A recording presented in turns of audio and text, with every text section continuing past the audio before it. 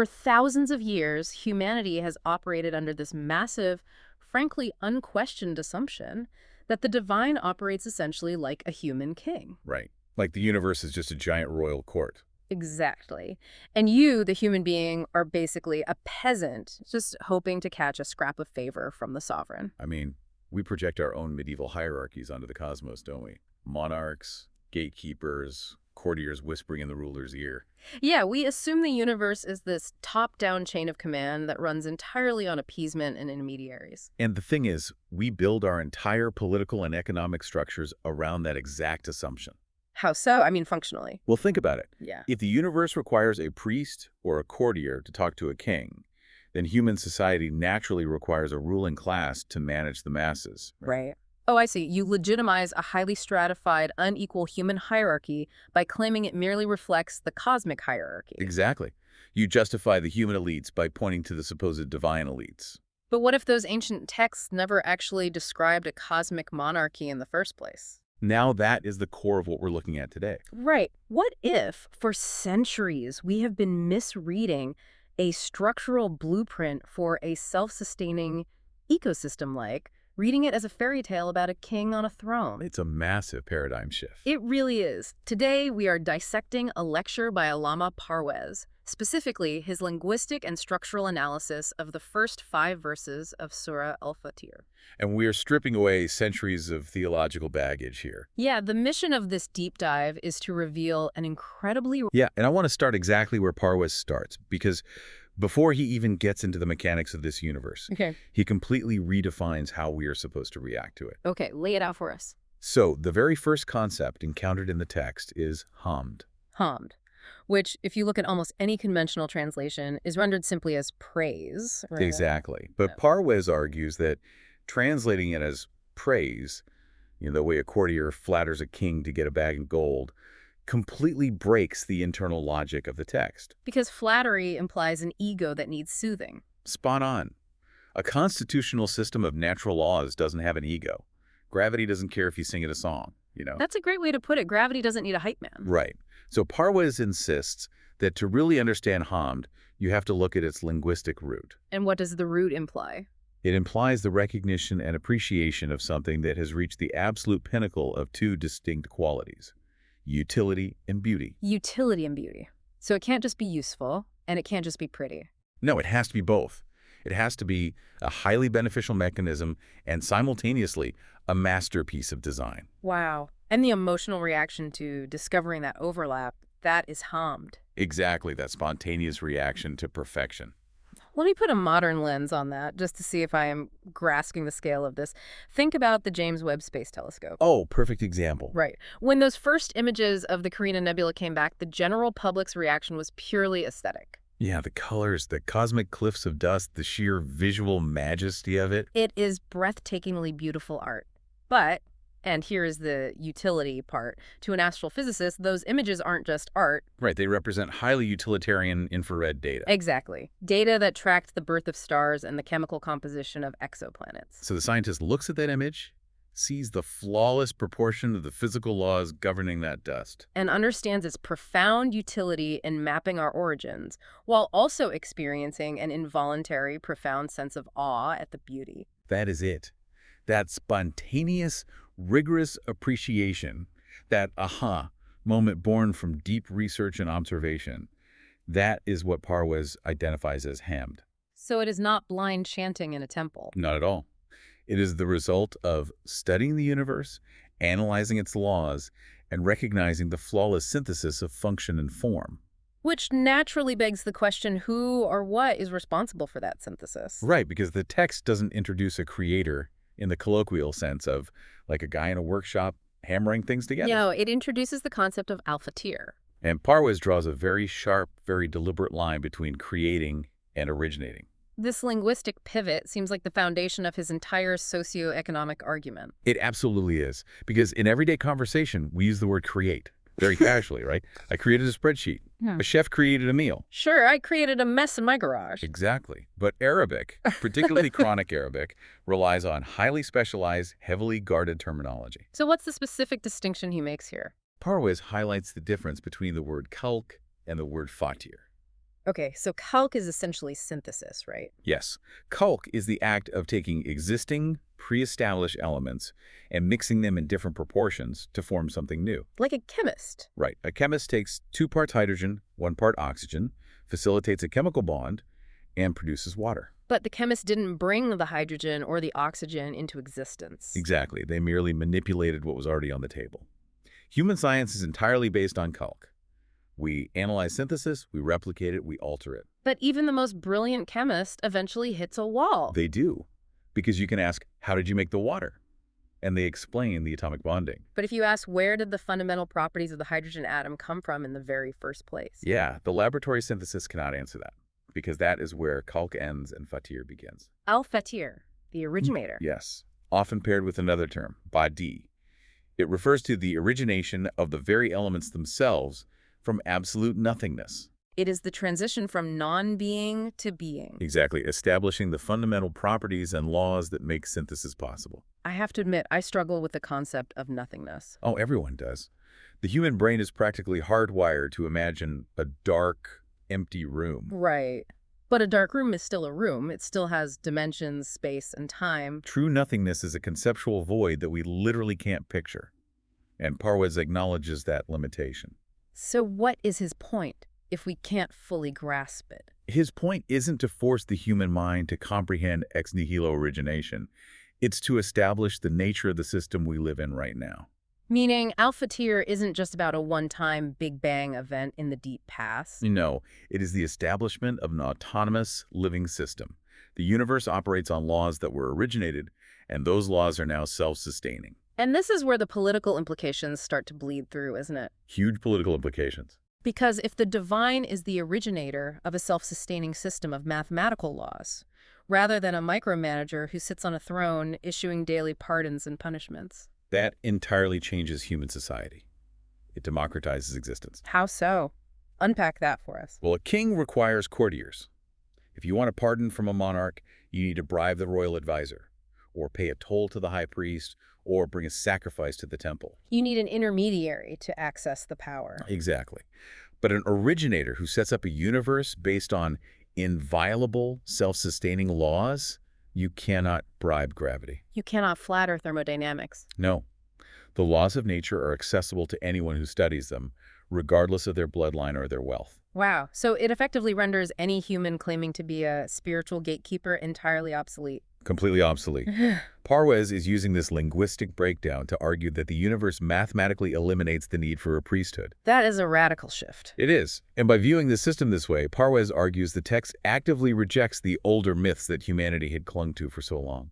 Like the ancient narrative of the resting god, right? Yeah, the idea that the universe was made in 6 literal days, and by the 7th day, the creator was exhausted and needed a nap. Or the traditions that claim the entire physical universe is merely the dream of a sleeping deity. And if that deity ever wakes up, we all just vanish into thin air. Right. So Parwez points out that Surah Al-Fatir explicitly rejects these anthropomorphic projections. The text actually characterizes the system with the phrase yazidu fil khalq. Meaning a constant addition to creation. Yes, the expanding universe. It's a dynamic, progressive system. So it is not a mechanical clock that was wound up once and left on a dusty shelf to slowly tick down. Far from it. The originator is constantly adding to the design through those established laws.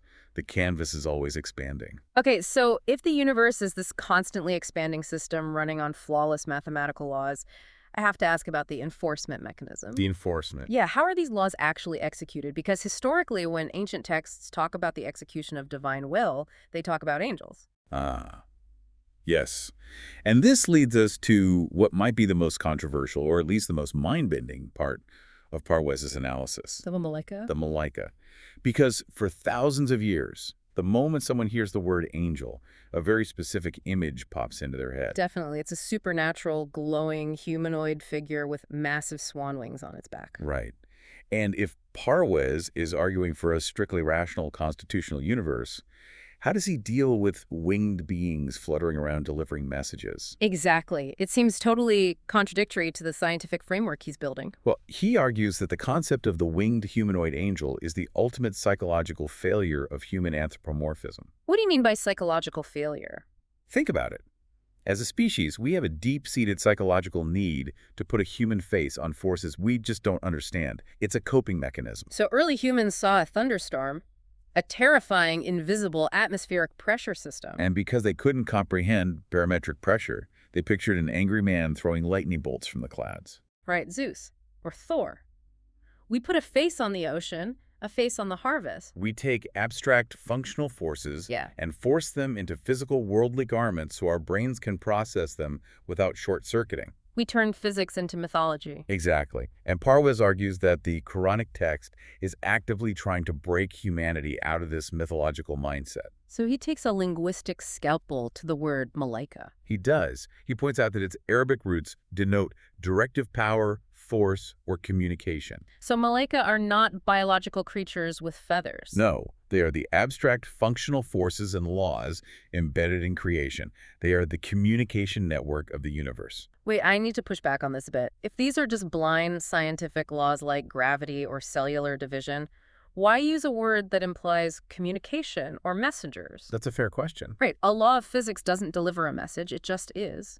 What is the justification for that linguistic leap? Think about biological code for a second. Think about a seed. If you take a mango seed and a date palm seed and you plant them right next to each other in the exact same soil. Under the exact same sun, getting the exact same water. Right, they experience the exact same external environment. Yet one seed organizes its cells to grow into a broad tree that produces soft, sweet, yellow fruit. And the other organizes its cells to grow into a tall, fibrous trunk that produces dates. Exactly. So how does the soil know what to do? How does the cell know how to divide in such vastly different ways? Because the seed is carrying genetic code, it has a literal set of biological instructions. Yes, that DNA, that intrinsic directive power driving the biological process, is carrying a message. It is communicating instructions to the physical matter. And Parwez argues that this functional communicative power is what the text refers to as malaika. So the laws of biology and physics carry the directives of the originator into reality. Exactly. And the text explicitly says regarding these forces, lam tarawa, which means you cannot see them. Oh, just like I can't look at a wire and physically see the electricity. Perfect analogy. You can see the fan spinning, you can hear the radio playing. But the actual force of the electricity is invisible to the naked eye. I only see its manifestation. And Parwez tackles the mythology of the wings head-on to prove this exact point. Right, because the text mentions malaika having pairs of wings, 2, 3, or 4. The Arabic word used there is jana. And what does jana actually mean linguistically? Linguistically, jana means a side, a dimension, a facet, or a capacity. Ah. So when applied to an abstract natural force, it's talking about multidimensionality. Exactly. It simply means the dimensions or multifaceted capacities of that specific force. Some forces operate in 2 dimensions, others have 3 or 4 varying capacities or phases. Yes, and Parwez points out how catastrophic it was for human progress when later generations took this metaphor literally. By inventing a post-dated myth about the angel Gabriel having 600 literal bird wings that stretch across the horizon. Right. By doing that, humanity locked itself into a framework of magic and superstition. And when you believe the universe runs on magic, you stop doing science. Precisely. If thunderstorms are caused by an angry winged creature, there's no point in studying meteorology. You just offer a sacrifice and hope the creature goes away. But when you read divine messengers as law-like forces, as the actual mechanics of Al Fatir's system, it challenges you to reframe the entirety of human existence. It demands that you study the system. It demands scientific inquiry. Okay, this brings up a massive historical shift then. If angels are the laws of nature, what does Parwez make of the older allegories where angels are commanded to bow down to human beings? The story of Adam. Yeah, because if angels are just physics, what does it mean for a law of physics to bow to a person? That sounds weird. This is where Parwez introduces his interpretation of sajda, or prostration. The traditional narrative is a literal scene, right? An angel physically putting its forehead on the ground in front of Adam. Yes, but Parwez reads this entirely as an allegory for human technological and intellectual elevation. Let's look at the Industrial Revolution. Okay, the steam engine. Yeah. For thousands of years, humans observed water. They observed that water flows downward, and when heated, it boils. At 100 degrees Celsius, it turns to steam. That state change is a law, a malaika. Then, a human intellect comes along, a descendant of Adam, and really studies this law. They say, I understand the multidimensional capacity of this force. I am going to harness it. So they build a boiler, they trap the expanding steam, they connect it to pistons and a crankshaft. And suddenly you have a massive locomotive capable of pulling 70 freight cars across a continent. Think about the power dynamic there. The human being steps into the conductor's cabin, pulls a lever, and that immense, previously terrifying natural force of steam pressure is entirely under their control. The human commands it to move forward, and the force obeys. That obedience is the sajda. Wow. That is the natural forces prostrating to humanity. Exactly. When human beings use their intellect to discover the invisible laws of the universe and then harness those laws to do work, the angels are bowing to them. So Parwez argues this is the true elevation of the human station, not blind worship, but the scientific mastery of the environment. It's an incredibly empowering reading. But, and I see a huge friction point here, mastering a natural law doesn't make a society moral. How do you mean? Well, the exact same steam engine that pulls a hospital train full of medicine can power a dreadnought warship. Right. The same understanding of atomic physics that powers a city can be used to drop a bomb and vaporize 1 million people. Does the text account for that dual use? It deeply accounts for it. Parwez makes a very sharp functional distinction here regarding morality. All right, what's the distinction? Harnessing the force making the angel bow gives you power, but the application of that power dictates your alignment with the universe's constitution. So this introduces the concepts of the moment and the shaitan. Exactly. Again, stripping away the mythology of the little red demon with the pitchfork. Completely. So according to Parwez's reading, what is a moment? It's traditionally translated as a believer, right? Right. But functionally, a moment is a builder. A builder. It is an individual or a society that harnesses the forces of nature strictly for the constructive benefit, the nourishment, and the protection of humanity. It is using technology to elevate the human condition. Yes. And the inverse of that. Utilizing those exact same harnessed forces for destruction. Or destruction for the exploitation of others, or to consolidate power and hoard resources. That is the essence of shaitan. Satanic or destructive behavior. It is simply the misapplication of natural power. That distinction flows perfectly into the next major concept in Parwez's analysis. Because if the goal of a moment society is to use harnessed laws for the benefit of humanity, we have to understand how the universe itself naturally distributes its resources. Right, we need the system's economic blueprint. And this requires another linguistic recalibration, this time regarding the concept of rahmat, or mercy. Yeah, because when modern English speakers hear the word mercy, we almost exclusively think of a judicial pardon. A judge deciding not to send someone to prison. It implies an authority figure withholding a punishment. But Parwez argues that in this text, rahmat is actually an economic and biological term. He draws a profound linguistic analogy here, doesn't he? He does. The word rahmat shares its root with the Arabic word ram, which literally translates to a mother's womb. Okay, so how does a womb translate to an economic system? Walk me through that. Well, think about a fetus developing in the ram. The environment is perfectly calibrated. Right. Oxygen, nutrients, temperature control, and life support. And everything the child needs to grow and thrive flows to them automatically, softly and directly according to their need. There are no paywalls in the womb. None. The child doesn't have to fill out an application for umbilical access. They don't have to prove they are worthy of receiving oxygen. They just get it. Exactly. There is zero artificial scarcity. The provision is given in a gentle, dignified manner, precisely measured to exactly what is required for development. There is no hoarding in the womb. The placenta doesn't decide to keep 80% of the nutrients for itself and leave the fetus to starve. The system just provides, naturally and equitably. And Parwez is arguing that this isn't just biology, it's the overarching template. The originator designed the Earth, the entire global ecosystem, with this exact same open-door policy of natural distribution. So the foundational elements of sustenance, air, water, sunlight, arable land, are meant to be universally accessible, just like the nutrients in the womb. Yes, the Surah explicitly declares, whatever mercy is opened, nothing can withhold. And Parwez treats this as the absolute law of natural distribution. When the system's conditions are met, when resources flow as intended, prosperity is universal. Okay, let me stop you right there because I have a massive problem with this. Let's hear it. If the universe is designed to provide freely like a womb, and if this flow of mercy cannot be withheld, look out the window. Right, the reality on the ground. Millions of people are starving. We have an entire world divided into a handful of billionaires who hold more wealth than whole continents, while children literally cannot access clean drinking water. It's a stark contrast. So either Parwaz's womb analogy is functionally broken, or we are missing a massive piece of the puzzle regarding human agency. The math just does not add up in reality. And that contradiction is exactly what Parwaz is driving at.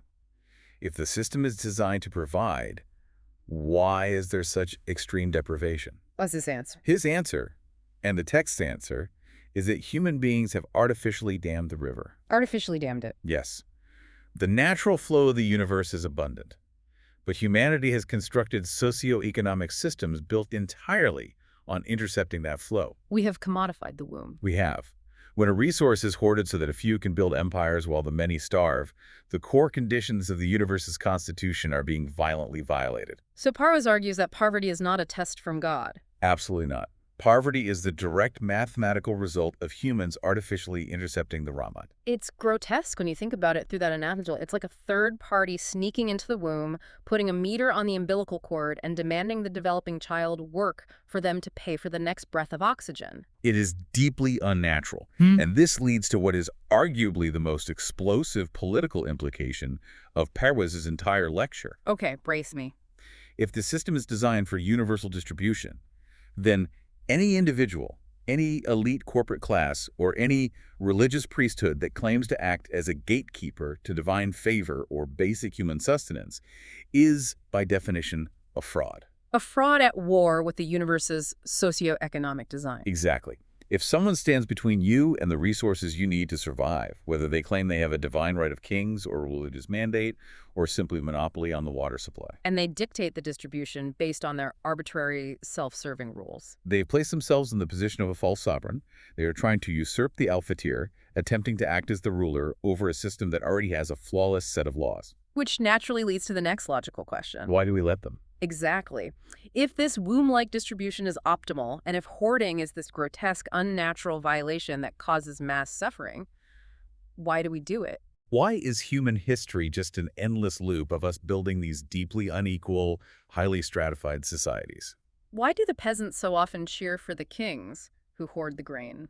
The text provides a psychological diagnosis for this, actually, which brings us to the concept of the deception of worldly life. Now, in traditional religious commentary, when people hear warnings about worldly life, they usually interpret it as an ascetic condemnation of pleasure. Right. The narrative is usually, don't enjoy good food, don't wear nice clothes, don't build beautiful architecture. Just sit in a dark room, suffer quietly, and wait for the afterlife. But Parwaz points out that interpretation contradicts the very first word of the text we discussed. Remember, the universe requires the appreciation of utility and beauty. Right. The originator wants humanity to experience aesthetics, to discover the wonders of the cosmos, to live in a thriving, beautifully designed society. So the warning against worldly life is not a ban on pleasure or aesthetics at all. What is the target, then? The target is a specific, highly destructive false consciousness. What kind of false consciousness? The deception is the delusion that individual accumulation, hoarding wealth, and climbing over others to achieve societal prestige are the ultimate, final measures of human success. It is the belief that the person with the most hoarded resources at the end wins. Exactly. It's the illusion that a society is functioning just because the people at the very top are incredibly comfortable. Mistaking a comfortable illusion, say massive wealth consolidation by a tiny elite, for a genuinely working system. Precisely. And when a civilization does that, it loses its direction. It begins to rot from the inside. Because the system appears successful to the elites, but it is built on a foundation of artificial scarcity and intercepted resources. It is fundamentally unstable because it is fighting against the natural laws of the universe. The lecture highlights a fascinating historical and psychological phenomenon regarding these elites, doesn't it? Oh, this is one of the most brilliant parts. It points out that historically, the hoarder class actually has no problem accepting the theology of a creator. That is such a crucial insight. Right. If you go to the most powerful, resource-hoarding elites in a society and ask them, do you believe an originator created the sun and the stars? They will happily say yes. They will build massive temples. They will fund religious institutions. Because a god who just spun the planets into orbit and then sat back on a throne in the sky doesn't threaten their bank accounts. Exactly. A distant theological creator doesn't audit their monopolies. They are perfectly willing to accept the sovereignty of God, provided that sovereignty is strictly restricted to the heavens. Keep God in the clouds, keep the money on earth. What they violently reject is a socioeconomic order based on equitable distribution here on earth. They want a religion that promises them heaven later, without interfering with their earthly monopolies right now. They accept the theology, but they reject the economics. Parwez describes how these elites react to the messengers who try to remind them of the universe's actual laws. It's so telling. They rarely attack the messenger's past moral character. Right. The messenger is usually someone they previously respected. They don't say, "You're a liar and a thief." What they say is, this law of cause and effect you're bringing, this idea that our hoarding will inevitably lead to the collapse of our society, that is a lie. Look out the window. Look at our palaces. Look at our military. We are doing fine. Your warnings of collapse don't apply to us. And that arrogance is the ultimate manifestation of the deception. They genuinely believe they can defy the structural laws of the system without consequence. They think their artificial wealth shields them from the mathematics of the universe. That feels like the perfect pivot to the synthesis of this entire deep dive. We've covered an immense amount of ground here. Let's recap briefly. We've dismantled the idea of a micromanaging king and replaced it with an originator al-Fatir who established a self-sustaining system. We've reframed angels Malaika from winged supernatural beings into the functional, harnessable laws of nature. We've looked at Rahmat as an economic blueprint modeled after the free, needs-based distribution of a mother's womb. And we've identified the core human delusion, the belief that artificial hoarding is sustainable and that a distant God doesn't care about Earth's economics. So Parwez brings all of these threads together to reveal what? What is the overarching architecture? He identifies it as a constitution that writes itself.